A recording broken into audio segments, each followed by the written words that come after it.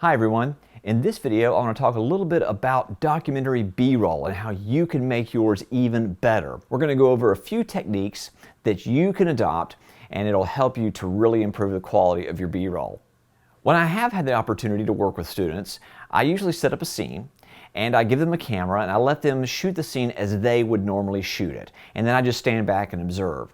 And some of the things that I've observed when I've watched these students is that they tend to cover the scene from a distance, zooming in to frame up their shot, and then they just simply pan back and forth to cover the scene in front of them. Because shooting a documentary can be a little bit overwhelming because you're capturing things as they happen in real time. And sometimes you might not get a second chance to cover the scene. So for a beginning documentarian, it can be a little bit overwhelming when they see all of these events and these activities happening in front of them, and they just really don't know what to focus on first. And so they stand back from a distance, they shoot at eye level, they simply zoom in, they pan back and forth to try to capture the scene.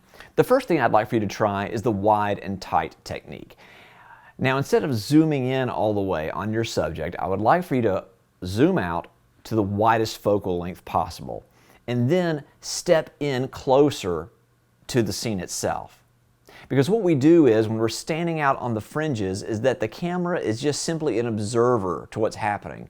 But if you widen out and then actually physically step into the space, what you'll find is that the viewer is much more immersed in what's going on. Think about if you're covering the finish line at a marathon or a 5K race. Which sounds more interesting to you?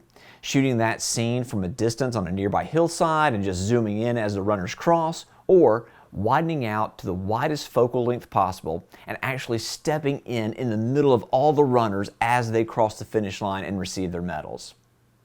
To me, actually putting the camera in the space is much more interesting, gives you a much more immersive experience for your viewer. Another benefit to this technique is the fact that it forces you as the cinematographer to start moving around a little bit more. So you're not just planted, anchored in one spot, because it's easy to kind of stand back on the fringes and zoom in, but it's something else to get in there, in the space, up close to your subject, so the camera action itself is a little bit more dynamic. Second, try utilizing foreground in your compositions. Let's say for one particular scene in your documentary, you have two friends that are having a private conversation, but they're in a very public place. Maybe it's a public park or a restaurant, but it's important that they keep the details of their conversation private. So how might you shoot that in order to convey that sense of privacy that they want to maintain? Well, you might choose to place these two subjects very small in the frame, letting their surroundings kind of envelop them. Then, utilizing foreground elements, you can really give the viewer a sense that they're peering in on something that they really shouldn't be privy to. In that situation, utilizing foreground elements also communicates to the viewer that here are two people engaged in a very important conversation and they're completely oblivious to the world around them. But also utilizing foreground elements is a good way to give your composition a sense of depth and that three-dimensional component to make your framing a little bit more dynamic. Another great technique is using a frame within a frame. So what I mean by that is, try shooting your subject through a doorway or through a window, because you have that widescreen frame as part of your film, and then within that you have a secondary frame being the doorway or the window or an arch or maybe a bridge. And that really focuses the viewer's attention specifically on that one point. It's a really interesting technique that can convey a lot of emotion, because you're using leading lines of composition to draw the viewer's attention right to the point that you want them to look at. But more than that, a frame within a frame can often make the subject feel a little more claustrophobic, like the world is bearing down on them a little bit more. Maybe they feel lonely, isolated. So it can convey emotion while at the same time creating a more interesting composition. If you want to improve the quality of your documentary B-roll, it is going to take a little bit of effort on your part.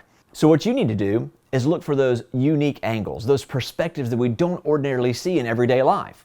If you think about it, we're always looking at the world from the same perspective every day. We want to look for more dynamic perspectives. So if you're shooting a crowd, get up into a nearby parking deck and shoot down.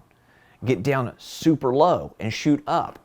If you're shooting in a laundromat with your subject, try placing the camera inside of the dryer. Look for places that you can put the camera that will really give the viewer a unique perspective on the world. Now, it's important for you as the documentary filmmaker to build up a good rapport with your subject matter, because that level of trust between you and your subject is so important, because only then will your subject be comfortable with letting you into his or her world. So once you've built up that sense of trust between you and your subject, then you can go in and ask them to repeat actions when necessary. As you're shooting your documentary, there will be moments where you miss a particular action that you really wanted to capture. And so if you have that trust built up with your subject, you can then go in and say, hey, this was really great what you just did, but I missed it. Could we go back just really quick and get that action one more time? And if you have that trust built up and a good relationship established with your subject, they'll be perfectly okay with doing this because they understand that ultimately it's going to make the film better. So then when you go back and repeat that action, you might be able to get it from a few different angles as well to get more coverage. And finally, remember that it's all in the details. As you're going about your day capturing your B-roll, don't forget to get those extreme close-up detail shots. You're really going to need those in the edit. They serve a few different purposes. One, they give the viewers a sense of space, which is so important to the story, and also to character. But it also helps in the edit because these extreme close-up detail shots can become transitional elements as an editor is building up a sequence. I hope these ideas have been helpful for you as you think about how you can make your documentary B-roll a little bit more dynamic. If you have any other suggestions, please leave them in the comments. And as always, click subscribe so you know when new videos are posted. You can connect with me on my website at clinttill.net. That's it. I'll see you next time.